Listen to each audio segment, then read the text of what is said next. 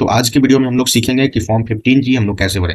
इससे पहले थोड़ी सी बेसिक जानकारी इसका हम लोग ले लेते हैं कि ये क्या होता है और ये कितने से कितने उम्र के लोग इसको भर सकते हैं। तो सबसे पहले तो बेसिक आप इतना समझ लीजिए कि फॉर्म 15G और 15H जो होता है ये एक स्वघोषणा पत्र होता है, सेल्फ डिक्लेरेशन होता है। और ये किस लिए होता है? तो जो टीडीएस कटता है आपके इनकम पे, यानी टैक्स जो आपका, एक तरीके से ये कहें तो टैक्स जो आपका इनकम पे कटता है, तो उसमें कटौती से बचने के लिए, टैक्स से बचने के लिए एक अनुरोध पत्र होता है, यानी रिक्वेस्ट आप करते हैं कि मेरा जो है इनकम जो है वो मेरा एक जो लिमिट है, जैसे 2.5 लाख और नए वाले टैक्स रेजिम में 3 लाख किया गया है, तो उससे अधिक ना है, इसलिए मेरा टीडीएस ना काटा जाए। तो सिंपली यही है। यहाँ पे देखिए, मैं एक वेबसाइट भी यहाँ पे खोला हूँ, यहाँ पे भी देख लीजिए, वही चीज बता रहा है कि 60 वर्ष से कम आयु का जो व्यक्तिगत करदाता है वो फॉर्म 15G भरता है। ठीक है।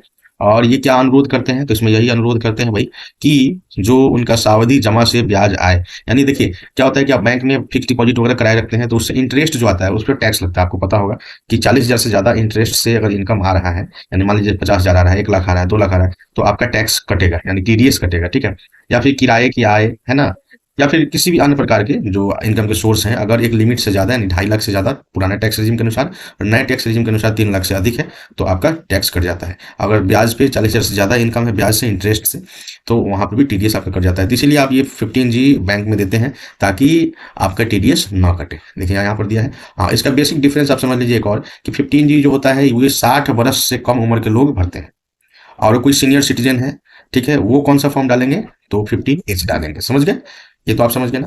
तो देखिए 15G और 15H, यहाँ पे भी एक स्टेटमेंट मैं आपको बता देता हूँ। देखिए, जिसका वार्षिक आय 2.5 लाख रुपए से कम है, तो ये पुराना टैक्स रेजिम है, नया वाला टैक्स रेजिम में 3 लाख इसको कर दिया गया है। तो चलिए बेसिक आपको हम बता दिए डिफरेंस क्या होता है। तो चलिए हम लोग आगे चलते हैं। अगर आप बोलिएगा तो मैं 15G और 15H पर एक अच्छा सा वीडियो बनाकर उसमें अच्छे से डिस्क्राइब कर दूंगा। तो फटाफट आते हैं टॉपिक पे, जो हम लोग का टॉपिक था कि फॉर्म को कैसे भरें। तो चलिए देखिए, यहाँ पर ये खुल गया है 15G फॉर्म, आप देख सकते हैं। तो सबसे पहले तो कह रहा है कि नेम ऑफ डिक्लेरेंट, यानी सबसे पहले आप अपना नाम यहाँ पर भरेंगे। ठीक है। पैन ऑफ द एसएससी, यानी कि यहाँ पर जो डिक्लेरेंट है उसका पैन, अपना पैन कार्ड का नंबर जो है यहाँ पर आप पैन नंबर भरेंगे। स्टेटस, अगर इंडिविजुअल यानी अपना डाल रहे हैं तो इंडिविजुअल यहाँ पे डालिए, INDIVIDUAL। ठीक है। यहाँ पर देखिए प्रीवियस ईयर यहाँ पर आप डालेंगे, जिस साल के लिए आप ये टीडीएस का रिक्वेस्ट डाल रहे हैं। तो यहाँ पे जैसे अभी 2025 शुरू हुआ है, तो हम लोग 2024-25 इस पे डालेंगे। रेसिडेंशियल स्टेटस, तो आप इंडियन यहीं के रेसिडेंट हैं तो आप रेसिडेंट डालेंगे। यहाँ पे बाकी अपना एड्रेस जो भी है, ठीक है, ये सब एड्रेस के लिए आप है अपना एड्रेस वगैरह यहाँ पे डालिए, स्टेट वगैरह, डिस्ट्रिक्ट, पिन कोड, ईमेल। ठीक है। यहाँ पे ईमेल डाल देंगे, यहाँ पे मोबाइल नंबर है डाल देंगे। अगर देखिए यहाँ पर एक इंपॉर्टेंट टर्म है कि whether assessee to tax under the income tax act 1961, तो अगर आप टैक्स, यानी मोटा मोटी यहाँ पे कहने का मतलब ये है कि या तो आप टैक्स यहाँ पर इस इनकम टैक्स एक्ट के तहत आप अगर टैक्स पहले से जमा करते हैं, यानी कि इनकम टैक्स रिटर्न अगर आप किए हों, तो फिर यहाँ पर यस करें, अदरवाइज इसको नो कर दें। तो अगर आप इनकम टैक्स रिटर्न इसके पहले अगर आप किए हैं तो यस कीजिए, नहीं तो नो पर टिक कर सकते हैं। ठीक है। अब इन estimated income for which this declaration is made, यानी कह रहा है कि आप जिसके लिए फॉर्म भर, यानी कि जैसे मान लीजिए आपके पास कोई एफडी है 20 लाख का, ठीक है, तो उस पर आपका जो इंटरेस्ट आया होगा, मान लीजिए कि आपका इंटरेस्ट आ रहा होगा 1.5 लाख रुपए, तो टैक्सेबल है कि नहीं है? तो उसी के लिए आप अगर फॉर्म भर रहे हैं तो यहाँ पे ये जो इंटरेस्ट आपका बन रहा है यहाँ पे आप फिल करेंगे। ठीक है।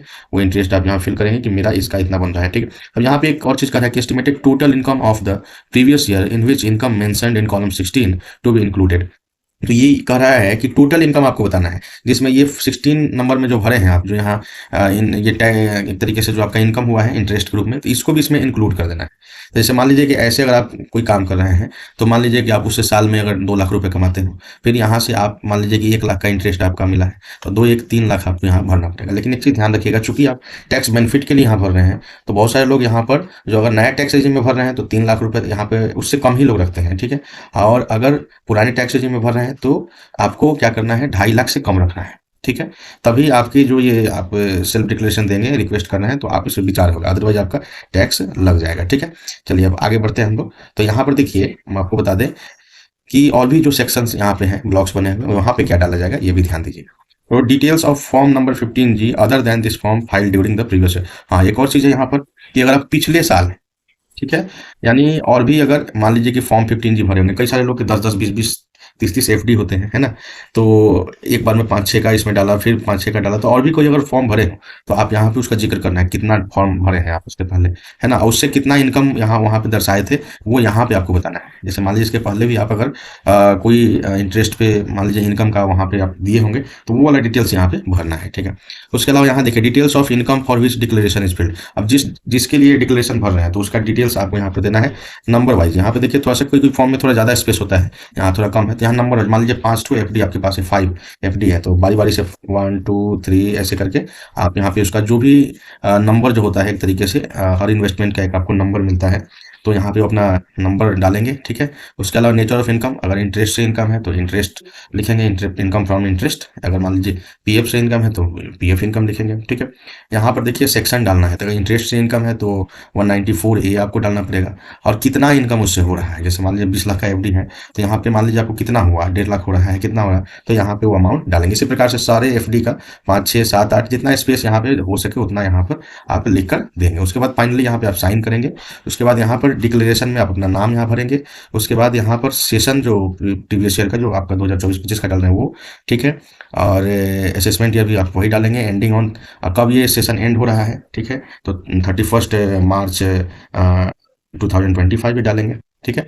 सेम वही चीज़ यहाँ पे भी डालेंगे, यहाँ अपना प्लेस डालेंगे, जिस जगह से फॉर्म डाल रहे हैं डेट डाल देंगे, सिग्नेचर यहाँ पर डिक्लेरेंट का डालेंगे, ठीक है? तो कुल मिलाकर इतना चीज़ आपको कर लेना है, आपका फॉर्म फिल हो गया। इसके आगे आपको कुछ नहीं भरना है। पार्ट 2 जो है ये सब ऑफिशियल वर्क के लिए होता है, और फिर वहाँ पे यहाँ पे आपको कुछ नहीं करना है, ठीक है दोस्तों? तो इस प्रकार से हम लोग फॉर्म 15G को भर सकते हैं। तो कुल मिलाकर इस वीडियो में आपने जाना कि फॉर्म 15G और 15H होता क्या है, बेसिक जानकारी मैंने आपको दे दिया। साथ ही इसको हम लोग भरेंगे कैसे, ये भी आपने देख लिया। इस वीडियो को ज़्यादा से ज़्यादा शेयर कीजिए। ऐसे ही महत्वपूर्ण वीडियोज़ के लिए आप हमारे चैनल को सब्सक्राइब कर लीजिए, वीडियो को लाइक कीजिए, नीचे कमेंट बॉक्स में अपनी राय रखिए, कुछ पूछना हो तो जरूर पूछिए। ऐसी प्यार दुलार बनाए रखिए। जय हिंद, जय भारत, जय बिहार।